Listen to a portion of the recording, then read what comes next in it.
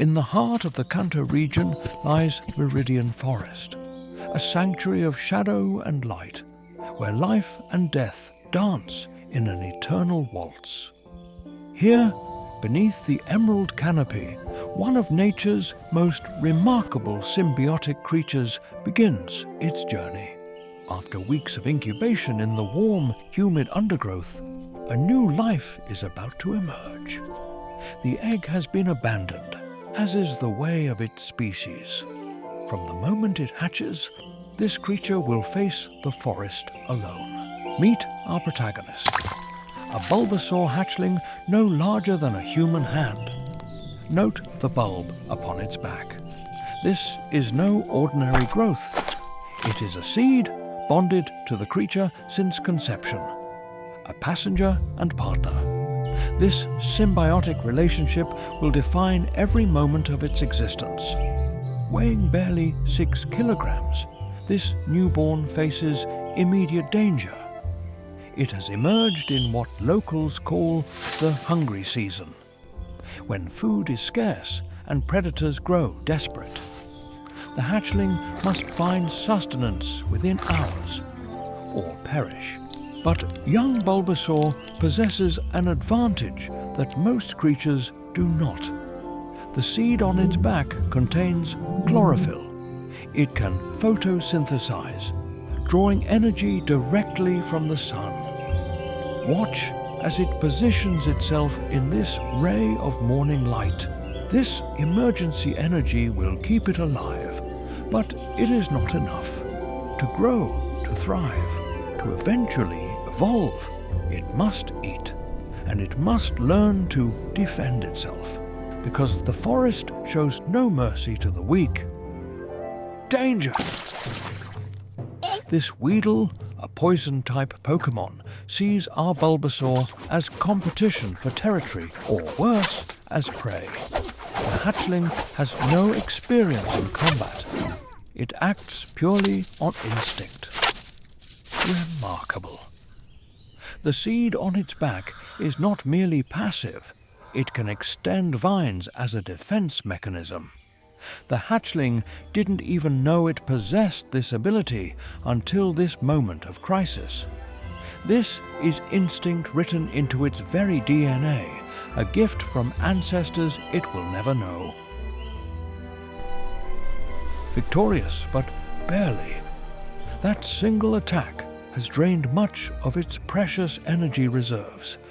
It must feed, and soon. Luckily, fortune smiles upon our young traveler. Oran berries, a staple food for grass-type Pokémon. Rich in nutrients, high in water content, perfect for a growing hatchling. But this area is a communal resource, and not all who are here are friendly. A pack of Rattata, aggressive, territorial, and hungry. They've claimed this stream as their own. Our Bulbasaur is an intruder, and intruders must be driven off or eliminated, trapped. The hatchling has nowhere to run. The Rattata attack as one, a coordinated assault perfected over countless hunts, another hidden defense. The seed releases paralytic spores when threatened. The Rattata, enveloped in the cloud, immediately begin to slow, their muscles seizing. Twice in one morning, our hatchling has stared death in the face. Twice it has survived. But this is merely the beginning. The forest is vast, and it is filled with dangers far greater than Weedle and Rattata. For now, exhausted, it must sleep. Tomorrow, the real journey begins. 6 months have passed. Our Bulbasaur has survived its first winter. No small feat for a grass-type Pokémon in these northern forests. It has grown larger, more confident. The bulb on its back has swollen with stored nutrients. It has found others of its kind, a loose community of Bulbasaurs who share this meadow. Here there is safety in numbers, but also competition. competition for sunlight, for water, for territory. The law of the forest still applies. Only the strong survive. A challenge.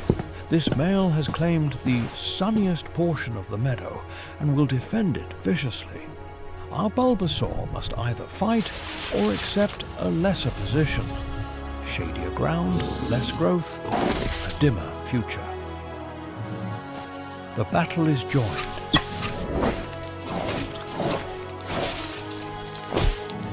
Seed Bomb. The rival is more experienced, more powerful. Our Bulbasaur is outmatched. Brilliant! By inducing sleep, our Bulbasaur wins without further violence. It has claimed the territory. But more importantly, it has proven something to itself.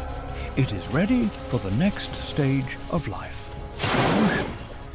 In mere seconds, our Bulbasaur has become Ivysaur. Its body has doubled in mass. The seed on its back has bloomed into a flower bud, drawing even more energy from the sun. It is no longer a child, but with great power comes greater responsibility. And greater threats. Fearsome, one of the most dangerous aerial predators in Kanto, and it has spotted our Ivysaur. Ivysaur's evolution has made it stronger, but also slower, heavier. It cannot dodge as it once could. This is a fight for survival. Power Whip, the evolved form of Vine Whip, powerful enough to halt a diving Fearsome in mid-air. Nature is not cruel, but it is efficient. The Fearsome will recover, but it will remember this defeat. It will not hunt Ivysaur again. Respect has been earned through strength. Our Ivysaur has proven itself against the sky, but the greatest trial still awaits. For in these forests, there exists a creature so powerful, so feared, that even the mention of its name causes Pokémon to flee. And it has entered Ivysaur's territory. Night has fallen, but our Ivysaur does not rest. The presence of the Charizard has set the entire forest on edge. Grass types are particularly vulnerable to fire types, their worst natural predator. But Ivysaur does not flee. Something has changed within it. Deep in its genetic code, there is a knowledge, a knowing that it is time for the final transformation. With fire falling from the sky, there, the Charizard. It is enormous, over 6 feet tall, with a wingspan of nearly 9 feet. It has set the forest ablaze to flush out prey. Madness, bravery, or something else entirely. Watch the bud on Ivysaur's back. It's glowing, but not with green light, with something deeper, something primal. Venusaur, the ultimate form. Over 2 meters tall and weighing 100 kilograms, the flower on its back can now absorb solar energy at unprecedented rates. 2 titans, fire and grass, natural enemies since the dawn of time.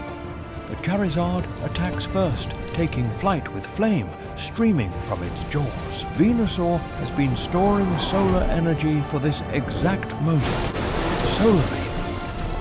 Direct hit, but Charizard is not easily defeated. Flamethrower at maximum intensity. No grass type can survive this. Surely this is the end. Mist, water vapor so thick it suffocates the flames. But this isn't just defense. Watch the mist spread through the burning forest. Venusaur isn't just defending itself. It's defending the entire forest. Every creature that lives here. This is the responsibility of an apex Pokémon. Not merely to survive, but to maintain balance. Respect. The Charizard recognizes a fellow apex Pokémon. These forests belong to Venusaur now, not through conquest, but through strength tempered with wisdom. And so our journey ends. All great journeys end with a new beginning. Venusaur has become what it was always meant to be: a guardian, a protector, a source of life in a forest that often deals in death. This is the way of the forest. This is the way of survival, not through domination, but through adaptation, not through cruelty, but through understanding one's place in the great web of life. Nature never rests. The story never ends. It simply continues.